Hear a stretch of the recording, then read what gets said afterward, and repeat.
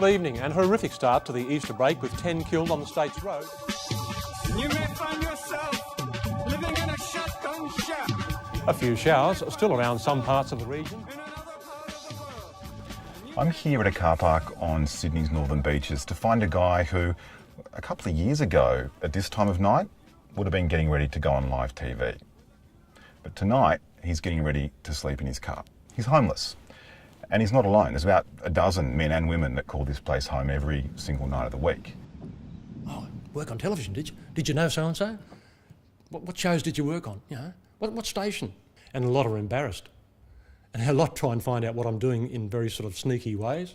Oh, and by the way, John, where do you live these days? And then I go, I know where you're coming from. I live everywhere, right?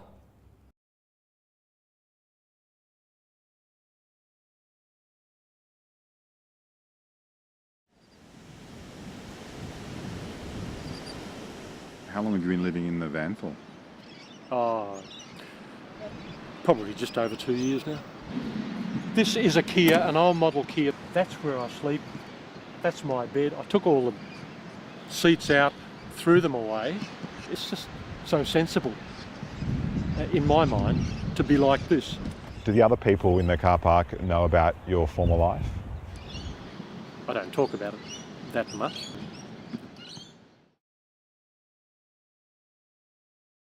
Good evening, and horrific start to the Easter break with 10 killed on the state's roads, including a 37-year-old father of two at Lithgow. John Lloyd Green was a fixture on Australian TV news from the 1970s to the 2000s.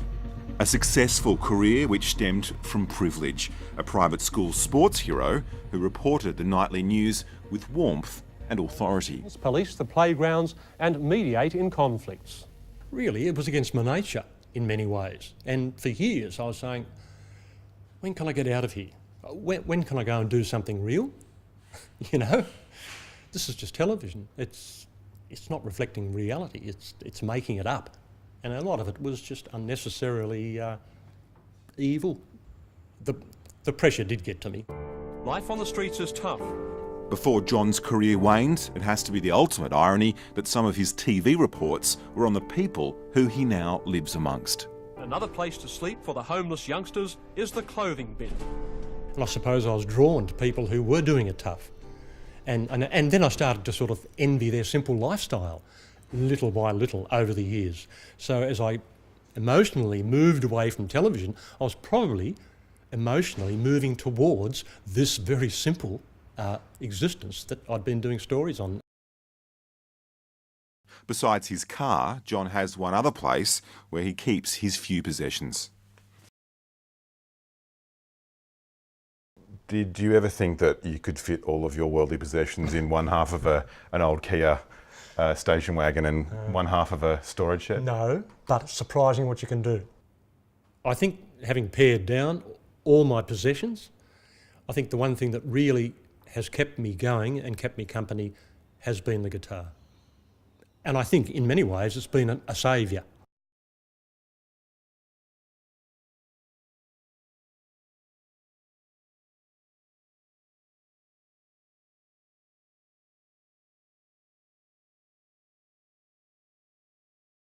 Why are you living the way you are? Why are you homeless?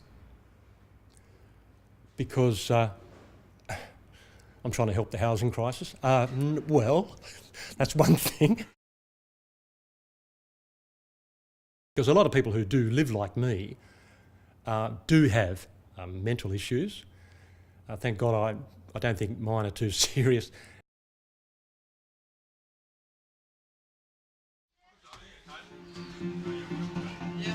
John might be homeless, but he's not unemployed. Every day he swaps his van for a school van and drives children to and from a special needs school.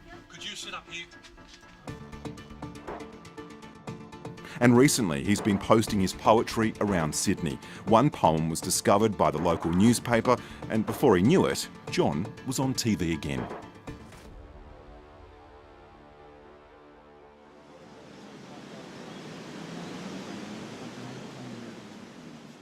I met John down here. John's a real good guy. Yes, I am homeless because I don't have a home. But if someone said to me, come and live with me, I would say no because I'm happy living in my van.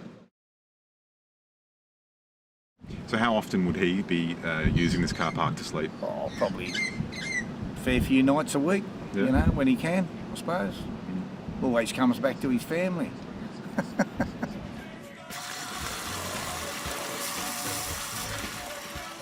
And I think there's a little bit of wanderlust and a little bit of envy, I think, a little bit, in everybody to want to be able to go, whew, I'm throwing the chains off. I want to go, I want to hear the ocean, I want to feel the wind, I want to feel the rain on me and just take it in. God, that's living. That is living.